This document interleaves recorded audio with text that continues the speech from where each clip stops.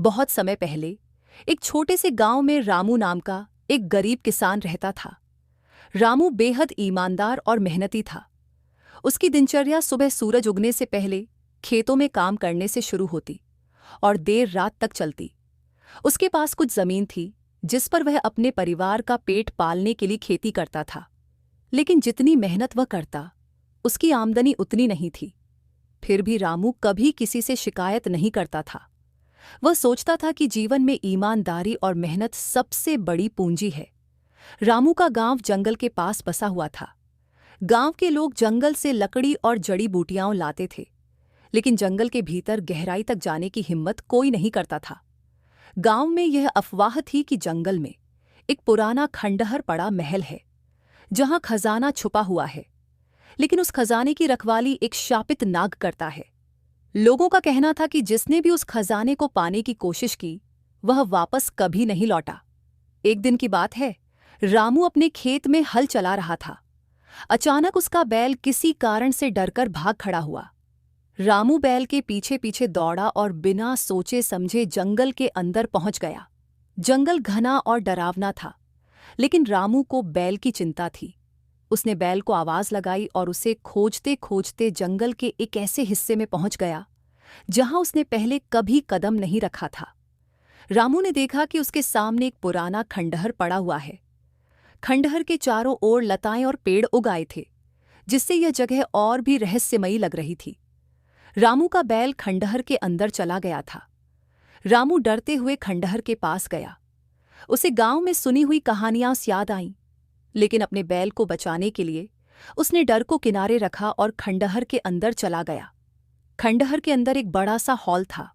वहां चारों ओर अजीब सी खामोशी थी। रामू ने देखा कि हॉल के बीचों बीच एक चमकती हुई तिजोरी रखी हुई है। तिजोरी पर कुछ लिखा हुआ था। रामू ने पास जाकर देखा तो वहां लिखा था, "यह खजाना केवल सच्चे और ईमानदार व्यक्ति का है। जो भी इसे लालच में लेगा, वह श्रापित हो जाएगा।" रामू यह पढ़कर चौंक गया। उसे समझ नहीं आ रहा था कि वह क्या करे। तभी अचानक एक जोर की फुफकार सुनाई दी। रामू ने देखा कि उसके सामने एक बड़ा सा नाग आ गया है। नाग की आंखें चमक रही थीं और उसकी उपस्थिति से पूरा वातावरण डरावना हो गया। लेकिन रामू ने हिम्मत नहीं हारी। उसने झुककर नाग को प्रणाम किया और कहा, "मेरा बैल इस महल के अंदर आ गया था। मैं उसे लेने आया हूं। इस तिजोरी से मेरा कोई लेना देना नहीं है।" नाग रामू की बातें सुनकर मुस्कुराया और बोला, "तुम्हें डरने की जरूरत नहीं है। ये तिजोरी उन लोगों के लिए है जो सच्चे दिल से दूसरों की भलाई के लिए इसका उपयोग करना चाहते हैं। क्या तुम वाकई दूसरों की भलाई के लिए इसका उपयोग करोगे?" रामू ने नाग को ईमानदारी से जवाब दिया, "मैं इस खजाने को अपने लिए नहीं चाहता। मेरा गांव बहुत गरीब है। लोग भूखे रहते हैं, बच्चों के पास पढ़ाई का साधन नहीं है और पीने के लिए साफ पानी तक नहीं है। अगर यह खजाना सच में उपयोगी है, तो मैं इसका उपयोग अपने गांव की भलाई के लिए करना चाहता हूं।" रामू की ईमानदारी और निस्वार्थता सुनकर नाग प्रसन्न हो गया। उसने कहा, "तुम सच्चे और नेक इंसान हो। ये खजाना अब तुम्हारा है, लेकिन याद रखना, इसे हमेशा दूसरों की भलाई के लिए ही इस्तेमाल करना। अगर तुमने इसे अपने स्वार्थ के लिए उपयोग किया, तो यह तुम्हारे लिए श्राप बन जाएगा।" रामू ने खजाने से सिर्फ उतना सोना लिया जितना गांव के लोगों की जरूरतों को पूरा करने के लिए पर्याप्त था। उसने गांव में स्कूल बनवाया, जहां बच्चों को पढ़ाई का मौका मिला।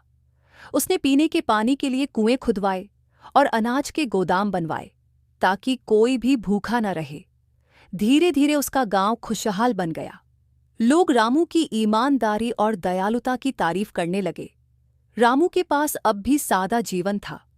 वह अब भी अपने खेतों में काम करता था और अपनी मेहनत पर विश्वास रखता था। लेकिन उसके दिल में शांति थी, क्योंकि उसने अपने गांव के लिए कुछ अच्छा किया था। ये कहानी हमें सिखाती है कि ईमानदारी, निस्वार्थता और परोपकार जीवन के सबसे बड़े गुण हैं। जब हम दूसरों की भलाई के बारे में सोचते हैं, तो न केवल समाज में सुधार होता है, बल्कि हमें भी आत्मिक शांति और संतुष्टि मिलती है। लालच से बचकर अगर हम सच्चाई और भलाई के मार्ग पर चलें, तो जीवन में हर कठिनाई का सामना किया जा सकता है। ये कहानी यहाँ समाप्त होती है उम्मीद है कि आपको ये पसंद आई होगी। ऐसी कहानियों के लिए कृपया हमारे चैनल को सब्सक्राइब करें। धन्यवाद।